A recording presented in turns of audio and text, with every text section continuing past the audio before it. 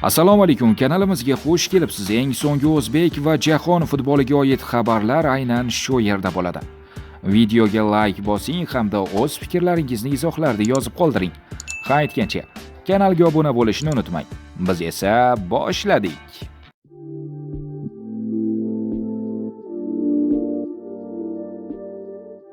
Fayzullayev yo'qolib qoldi.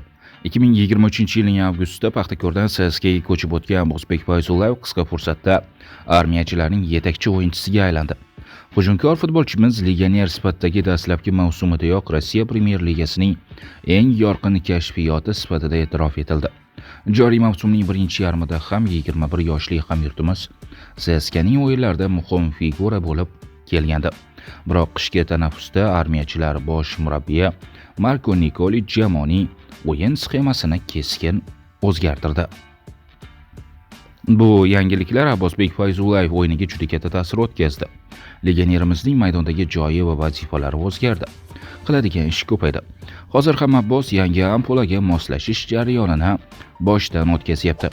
Tabiiyki, bularning bari uning o'yinining vaqtincha pasayishiga olib keldi.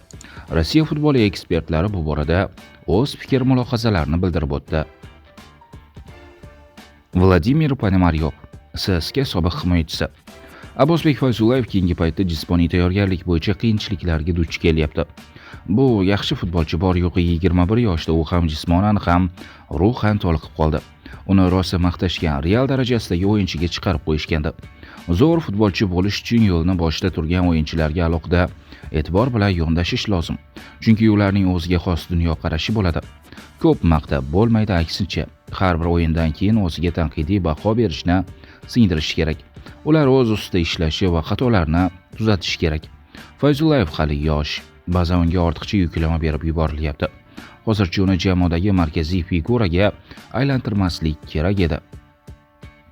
Uni jismoniy yuklamalarga bir maromda tayyorlab borsa bo'lardi. Organizmni tiklanishini kutish va shundan keyin uni ishga solish lozim. Mana shunaqa xato yondashuvlar tufayli Abbosda jismoniy pasayishlar yuzaga keldi. Endi tiklanishini kutishiga to'g'ri keladi. Aleksandr Grishin, CSK'ning sobiq futbolchisi. Abbosbek Fayzullayev winger, ya'ni qanot hujumchisi, qanotlarda o'zini juda erkin his qiladi. Hozir CSK uni boshqa pozitsiyaga qo'yapti va vazifalarni qiyinlashtirib yuboryapti. Shu bois keyingi paytda Abbosbek maydonda yo'qolib ko'rinmay qolyapti. Ilgari Fayzullayev juda erkin o'ynardi. Oston O'runov qancha muddatga safdan chiqqani ma'lum. O'zbekiston milliy jamoasi va Eronning Persepolis klubi hujumchisi Oston O'runov jarohat sabab 2-3 haftani o'tkazib yuboradigan bo'ldi. Bu haqda Varzish 3 nashri xabar berdi. Manbaga ko'ra, dastlabki tekshiruvlardan keyin O'runov mushak qismining cho'zilishi sabab 2-3 hafta davomida jamoaga yordam bera olmaydi. Ma'lumot o'rnida o'zbekistonlik futbolchi Eron Pro Ligasining 27-turdan o'rin olgan Sepaxonga qarshi bahsning 25-daqiqasida jarohat olib almashtirildi. Eslatib o'tamiz, O'runov Eron Pro Ligasi 16-tur doirasida Zobaxanga qarshi o'yinda ham 27-daqiqada oyog'idan jarohat olib maydonni tark etishga majbur bo'lgandi. Shomurodov Dobikni sindirdi. Roma klubi xo'jayinlarining eng katta orzusi o'z jamoasini Yevropa Chempionlar Ligasida ko'rish. Klubga egalik qiluvchi Friedkinlar oilasi 2021-yilda ana shu maqsadga erishish uchun bosh murabbiylikka Jose Mourinhoni olib kelgandi. Mashhur mutaxassis 3 yil davom etgan urinishlariga qaramay bu vazifani uddalay olmadi va jamoani qit'aning eng nufuzli musobaqasiga olib chiqa olmaganini "Men sehrgar Garri Potter emasman" degan gap bilan izohladi.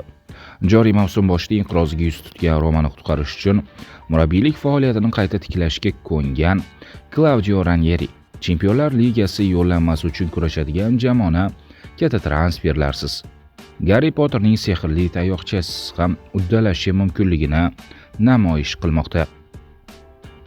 73 yoshli murabbiy klub rahbarlari va avvalgi murabbiylar shtabiga kerak bo'lmay qolgan ikki futbolchi Matias Sule va Eldor Shomurodovni mavsumning hal qiluvchi pallasida jamoaning asosiy qahramonlarga aylantira olgani hammani hayratga solmoqda.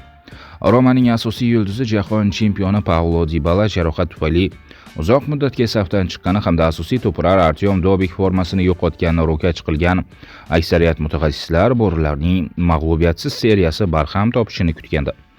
Aksincha, mana shunday murakkab pallada aynan Eldor Shomurodov va Matias Sulening katta sahnaga chiqishi rimliklarning muvaffaqiyatli yurishlari davomiyligini ta'minlamoqda. Yozda o'sha davrdagi bosh murabbiy Daniele De Rossi taklifi bilan Rimga kelgan Matteo Sule asosiy tarkibdan joy olguncha ancha qiynaldi. Claudio Ranieri unga jamoa kelajagi ekanini singdira olgani vaziyatni tubdan o'zgartirdi. Argentinalik iste'dod egasi keyingi paytda hamyurti Dybalaning yo'qligini bilintirmayapti. Oxirgi 9 ta o'yinni ilk daqiqalardan boshlagan Sole o'zi 3 ta gol urdi va Eldor Shomurodovga 2 ta golli pas uzatdi. E'tibor bering, Claudio Ranieri Sole va Shomurodov tandemini tashkil qildi va aynan mana shu duet samara keltirmoqda. Shomurodov shu mavsumning o'zida 2 bor narsalarni yig'ishtirib ketishga chog'langandi. Claudio Ranieri o'zbek futbolchisi Italiyaga kelgan 2020-yildayoq uning Genoadagi o'yinlariga e'tibor qaratgandi. O'tgan yili Cagliarini yuqori divizionda olib qolishda Shomurodov Ranieriga yordamlashib yubordi. Aynan Ranieri Eldorning salohiyatiga umuman shubha bildirgani yo'q. Italiyalik murabbiy Shomurodovni yaxshi ko'raman, chunki u doim borini berib o'ynaydi deb maqtagandi. Shomurodov Romadagi eng yorqin o'yinlarni Ranieri qo'l ostida ko'rsatmoqda. Joriy mavsumning o'zida 7 ta gol va 3 ta assist muallifi bo'ldi. Matteo Sule Paulo Dybalaning safdan chiqishi evaziga asosiy tarkibdan joy olgan bo'lsa, Eldor Shomurodov o'z mehnati bilan Rimda Artyom Dobek asosiy hujumchi degan tushunchani sindirdi. Bosh murabbiy Ranieri ukrainalik hujumchi ko'proq gol urganiga qaramay, undan xuddi Shomurodov kabi jamoa uchun o'ynashini talab qila boshladi. Ekspertlar Shomurodov va Sule tandemi oxirgi 6 ta turda birgalikda 4 ta gol va 1 ta assist qayd etdi. 4 tala gol rimliklar uchun muhim ochkolarni keltirdi. Xususan argentinalik hujumkor futbolchining 2 goli Empoli va Lazio ustidan g'alabani ta'minladi. O'zbek forvardi Juventus bilan o'yinda jamoasini mag'lubiyatdan qutqardi. Verona darvozasini ishg'ol qilib bo'rilarga 3 ochko keltirdi. Endi oldinda Romani chempionlik uchun kurashayotgan Inter maydonidagi o'yin kutib turibdi. Eldor Shomurodov o'tgan mavsumda Cagliari safida milanlik muxlislar ko'z o'ngida Inter darvozasini ishg'ol qilib, mezbonlarning g'olib chiqishiga yo'l qo'ymagandi. Claudio Ranieri bu galgi bahsda ham oldingi chiziqda Shomurodov va Sule xizmatdan foydalanishni rejalashtirmoqda. A seriyaning 34-turdan o'rin olgan Inter va Roma jamoalari o'rtasidagi bellashuv 27-aprel kuni Toshkent vaqti bilan soat 18:00 da boshlanadi. Salohni ko'ndira olmagan Al-Hilol e'tiborini Asemxenga qaratdi. Al-Hilol Muhammad Salohni transferni amalga oshira olmagandan so'ng boshqa hujumchiga e'tibor qaratdi. Insider Ben Jacobsning xabariga ko'ra, saudiyaliklar endilikda Napoliga tegishli bo'lgan hozirda Galatasaroyda ijara asosida o'ynayotgan Viktor Asemxenni sotib olmoqchi. Nigeriyalik 32 yoshli hujumchi yozda jamoasini almashtiradi. Futbolchi Galatasaroyda qolmoqchi emas, unga MU va Chelsea jamoalari ham jiddiy qiziqish bildirmoqda. Asemxenni o'zi esa katta maosh olish istagida Saudiya chempionatiga yo'l olishi mumkin. Samolyot olganda ham oyoqlaring yerdan uzilishi kerak emas. Ravshan Ermatov Osiyo chempioni bo'lgan terma jamoa futbolchilari bilan uchrashdi.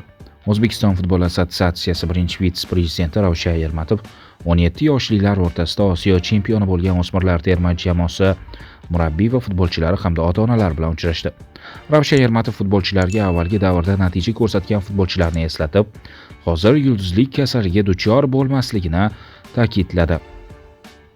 Bir iltimosim bor sizlardan. Tarix bor, avval o'ynagan futbolchilar bor. Avvallari mana shunday musobaqalarda ishtirok etilganining tajribasi ham bor. Jahon chempionatiga chiqib, unda muvaffaqiyatli qatnashib, mashinalar berilgan o'sha vaqtda ham.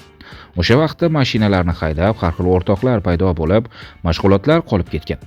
Mashhurlikda o'rtoq bo'lmaydi. Shuning uchun bunday o'rtoqlarni yoninglarda yurgan bo'lsa haydanglar. Bizning vaqtimiz yo'q qayerlargadir ziyofatlarga borishga. Sportchi bunday bo'lmaydi.